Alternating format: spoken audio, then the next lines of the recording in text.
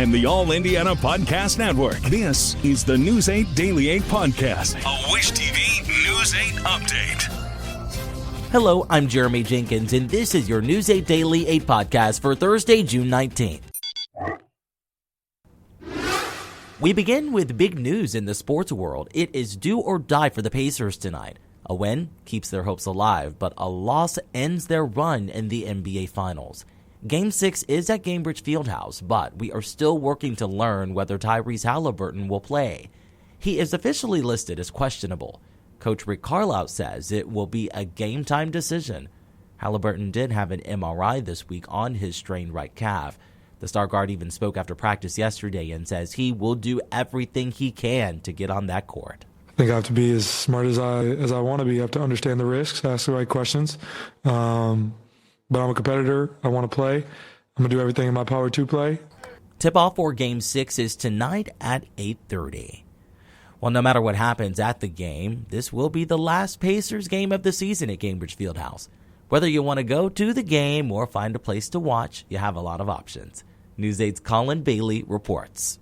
Coming here inside the Gainbridge Fieldhouse and want to purchase tickets right now, $431, section 218, row 9. Earlier this morning, the 3 a.m. hour, they're in the $350 range. So they fluctuated a bit this morning, but they're cheaper compared to games 3 and 4 here in Indy. But if you want the more affordable option, they're having a watch party outside. $20 tickets go on sale at 2 o'clock later today. We have Jeremiah Johnson joining us right now. Big story is Tyrese's injury. Just talk about that and kind of looking for that game time decision as we approach Game 6. Yeah, 2 days between games, an extra day than maybe normal to rest, recuperate, and about 12 hours now until tip-off, round-the-clock treatment. They're going to be doing everything they can to get him out there on the court. You need him at his best. I'm sure there's another plan if he's not able to go and how they can still play. And they've played well without him at different times during the season. So we'll see what happens. You just hope for the best on injury perspective.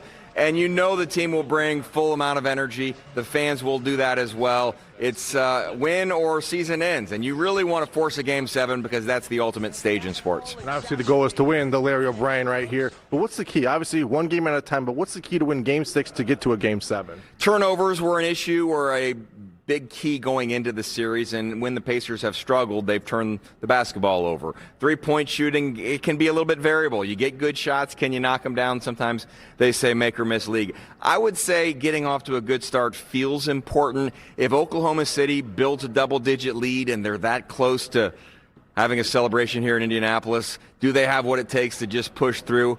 The Pacers, we know, can come back, but it's hard. You exert so much energy coming from behind then to be able to finish things off. So I'm really watching the first quarter, the first half, see where things are. And we'll be watching, of course, Tyrese Haliburton. If he plays, how effective is he? Can he be, drive to the basket? Can he do what we've come to expect and what we've seen from him during his time with the Pacers? Talk about this, though. The watch party that's happening. Gates open at 6:30 for that. Game tips off at 8:30. But how special is that to have that outside and obviously the game right here at Gainbridge Fieldhouse? Yeah, we've been doing interviews for about 2 months now, and I've been, urging fans to experience this playoff run in any way possible, whether it's getting a T-shirt, a foam finger, whether it's just mingling downtown with friends, whether you're at a neighborhood watch party or downtown at the watch party. For the away games, it's been great inside Gainbridge Fieldhouse. This is a unique atmosphere. We had it for Game 3.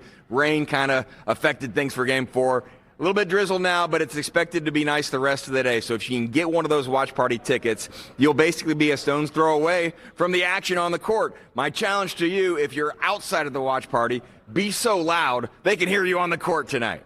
If you want to go to that watch party, tickets go on sale 2 o'clock this afternoon. They'll cost you $20. That'll go towards the Pacers Foundation. Gates open at 6:30 for that. Game tips off 8:30 this evening. For now, instead of Gainbridge Fieldhouse, I'm Colin Bailey for Wish TV and WishTV.com.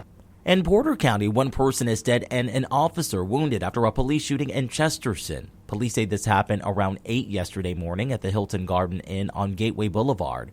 Chesterton police say they were responding to a call about a suspicious person when gunfire was exchanged between the person and 2 officers. Police say a male victim died at the scene, but investigators did not give his age or identity. State police say the officer who was wounded was taken to a hospital and later released. Now to a story that ITeam 8 has been following. There are new questions about the future of capital punishment in the state. We set out to learn just how much it actually costs the state to carry out an execution. Instead, we discovered the state doesn't even track that. Tim Spears reports. I sent a pair of records requests asking the Indiana Department of Corrections about the single-day cost of killing death row inmates Joseph Corcoran and Benjamin Ritchie. The DOC says it doesn't have any records keeping track. Once I started reporting on this, the governor's office then reached out and confirmed there is not a single account for the total cost. It's spread out in pieces across multiple state and local agencies. Increased security, transportation for the victim's family, and the last meal, a tour of Italy from Olive Garden. Just some of the costs from Benjamin Ritchie's execution, the Indiana Department of Corrections says it hasn't totaled. ITeam 8 submitted a public records request asking for information sufficient to show the single-day cost of executing Benjamin Ritchie in May, as well as Joseph Corcoran last December. But the IDOC said it does not have any public records that meet the request. If there's any sort of definitive facts and details of the procedure, you would think that a financial accounting would be kind of the bare minimum. David Frank of the Indiana Abolition Coalition isn't surprised to see difficulty gathering details around the death penalty, pointing out how information on the purchase of lethal injection drugs are kept confidential by state law. Indiana is not like every other state, it's unique in its non-disclosure. When asked by ITeam 8 about the lack of accounting, the governor's office started asking questions as well. It found the cost of added security was covered by state police and Michigan City Police.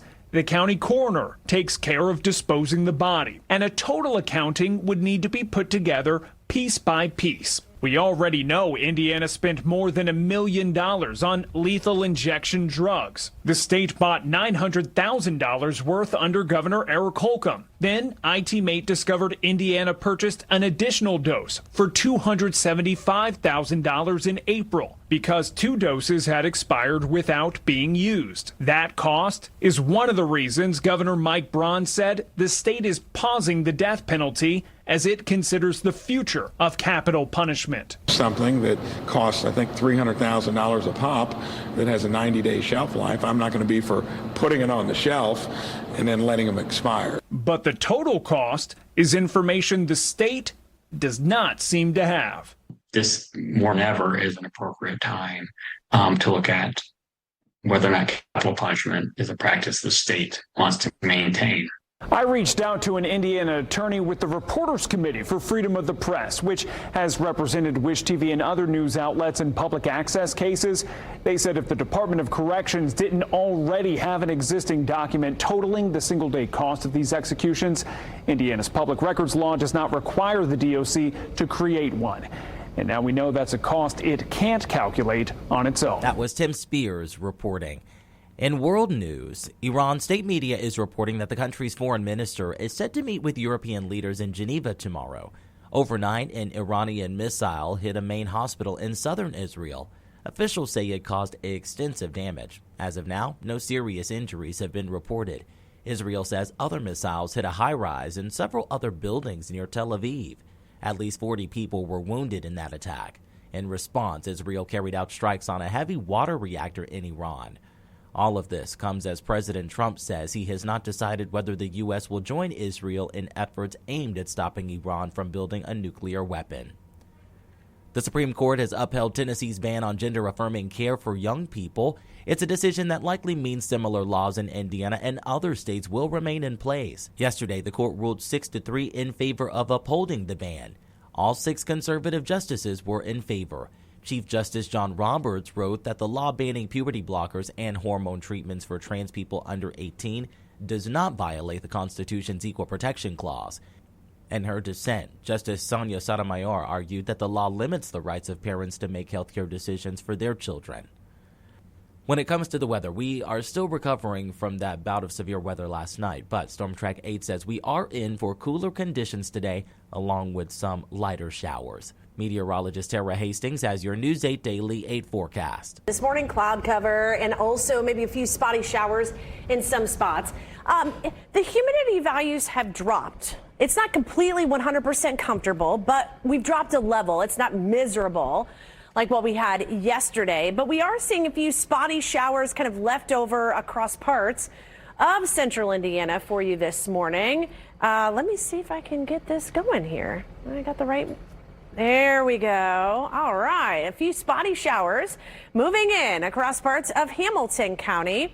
And then also across parts, if I can get, there we go. Let's cooperate here. Muncie in Delaware County. We've got some light showers moving through also around Mount Pleasant.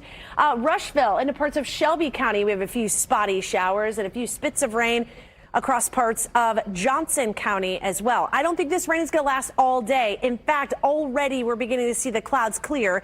This is our visible satellite picture. You can see some sunshine from Lafayette back across parts of Illinois as well. So this cloud cover eventually moves out. And I think later this afternoon, we are going to see some sunshine. We've got overcast conditions right now. A live look from our Speedway camera. We're at 70 degrees in Indianapolis. Northwest winds at 14 miles per hour. We are at 66 in Lebanon right now, 68 in Carmel and Fishers, and 70 degrees. Good morning to you. In Franklin, today we're going to start off with cloudy skies, but sunshine expected later this afternoon. Temperatures will be into the lower 80s. We have several 90-degree days on tap. We'll talk about when they begin and when they may end, all in my 7-day forecast. To get a peek at Terra's full forecast, just head over to wishtv.com, or you can download the Wish TV Storm Track 8 app. And don't forget to check out our Storm Track 8 weather blogs. This has been your News 8 Daily 8 podcast for Thursday, June 19th. I'm Jeremy Jenkins for Wish TV and wishtv.com. This is the News 8 Daily 8 podcast, a Wish TV News 8 update on demand. For even more, on demand and on the go, connect with Wish TV on Facebook at wishtv.com and on the free Wish TV mobile app. Thank you for listening, and be sure to like, subscribe, and follow this podcast for updates every weekday morning on the All Indiana Podcast Network and wherever you get your podcast.